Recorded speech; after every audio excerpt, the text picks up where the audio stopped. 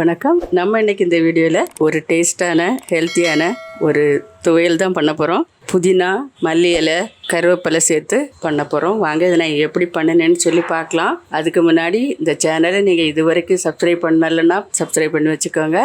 இப்போது மல்லி, புதினா, கருவேப்பிலை துவையல் பண்ணுறதுக்கு நான் இப்போ ஒரு பாத்திரம் அடுப்பில் வச்சுருக்கேன். இதில் இப்போ 1 டேபிள் ஸ்பூன் நல்லெண்ணெய் சேர்க்குறேன். நல்லெண்ணெயில் சேர்த்தோன்னா நம்ம 2-3 நாள் கூட வச்சு சாப்பிட்லாம். ரொம்ப நல்லா இருக்கும். ஒரு வாரம் வரை ஃப்ரிட்ஜில் வச்சு கூட நம்ம சாப்பிட்லாம். அதனால் நல்லெண்ணெயில் செய்கிறது ரொம்ப நல்லா இருக்கும். 1 டேபிள் ஸ்பூன் எடுத்திருக்கேன். எண்ணெய் காய்ஞ்சதும் 1 டேபிள் ஸ்பூன் அளவு உளுத்தம்பருப்பு எடுத்திருக்கேன். இந்த ஸ்பூன் நிறைய எடுத்திருக்கேன். இப்போ 3 பச்சை மிளகாய் இதை கட் பண்ணி சேர்த்துக்கலாம். 3 பச்சை மிளகாவை கட் பண்ணி சேர்த்துருக்கேன். இது கூட 4-5 சின்ன பூண்டு சின்ன சைஸில் இருக்கனால 4-5 போட்டிருக்கேன். கருவேப்பிலை எவ்வளவு சேர்த்துக்கலாம். 1 கைப்பிடி அளவு புதினா எடுத்திருக்கேன். அதையும் இதில் சேர்த்துடலாம்.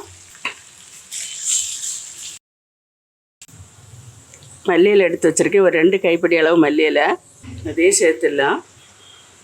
இப்போ நல்லா வதக்கிக்கலாம். கொஞ்சம் பச்சை மிளகாய் காரத்துக்கு ஏற்றாப்பில் சேர்த்துக்கோங்க. உங்கள் பச்சை மிளகாய் நீங்கள் எடுக்கிற பச்சை மிளகாய் எந்த அளவு காரம் இருக்கோ அதுக்கு தகுந்தாப்புல காரம் சேர்த்துக்கோங்க. இப்போ வதங்கின இலையெல்லாம் நான் ஒதுக்கி வச்சுருக்கேன். கொஞ்சமாக ஆயில் சேர்த்துடலாம். ஒரு 2 டேபிள் ஸ்பூன் இருக்கும் தேங்காய். அதை இதில் சேர்த்துடலாம். கொஞ்சம் வறுத்து எடுத்துடலாம். இதை ஒரு சின்ன நெல்லிக்காய் அளவு புளி எடுத்திருக்கேன். இதை சேர்த்துக்கலாம். இதுக்கு தேவையான உப்பு சேர்த்துடலாம். 1/2 டீஸ்பூன் கல் உப்பு சேர்க்குறேன். அடுப்பு ஆஃப் பண்ணியாச்சு.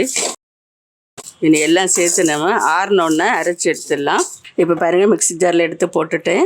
இதில் கொஞ்சமாக தண்ணி சேர்த்து நம்ம துவையலாக தான் அரைச்சி எடுக்க போகிறோம். துவையலை அரைச்சி எடுத்தால் கொஞ்சம் தான் தண்ணி சேர்க்கணும். சட்னிக்குன்னா கொஞ்சம் கூடுதல் சேர்த்துக்கலாம். இப்போ நம்ம அரைச்சி எடுத்துகிட்டு வந்துடலாம். இப்போ இது கூட கொஞ்சமாக பெருங்காயத்தூள் சேர்த்துடலாம்.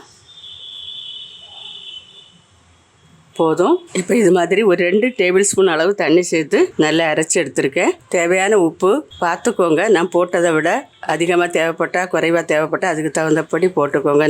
நான் போட்டது எனக்கு சரியாக இருக்குது. இதே அளவுகளோடு செஞ்சிங்கன்னா ரொம்ப நல்லா இருக்கும். இது ஒரு ஹெல்த்தியான சட்னி. இதை இன்னும் ஒரு பாத்திரத்தில் மாற்றிடலாம். ஒரு காஞ்ச மிளகாய் போட்டு கடுகு உளுத்தம் பருப்பு போட்டு தாளித்து ஊற்றிட்டேன் நல்லெண்ணெயில். இவ்வளோதான், சூப்பராக ரெடி ஆகிட்டு. இந்த மல்லியில் புதினா கருவேப்பிலை துவையல் சட்னி. இது கூட கொஞ்சம் கூட தண்ணியாக இருந்ததுன்னா அது சட்னி. இது ஒரு கட்டி சட்னியாகவும் இருக்கும். நீங்களும் வீட்டில் இதை ட்ரை பண்ணுங்கள். இது ரொம்ப நமக்கு உடம்புக்கு ரொம்ப ஹெல்த்தியானது வேறு.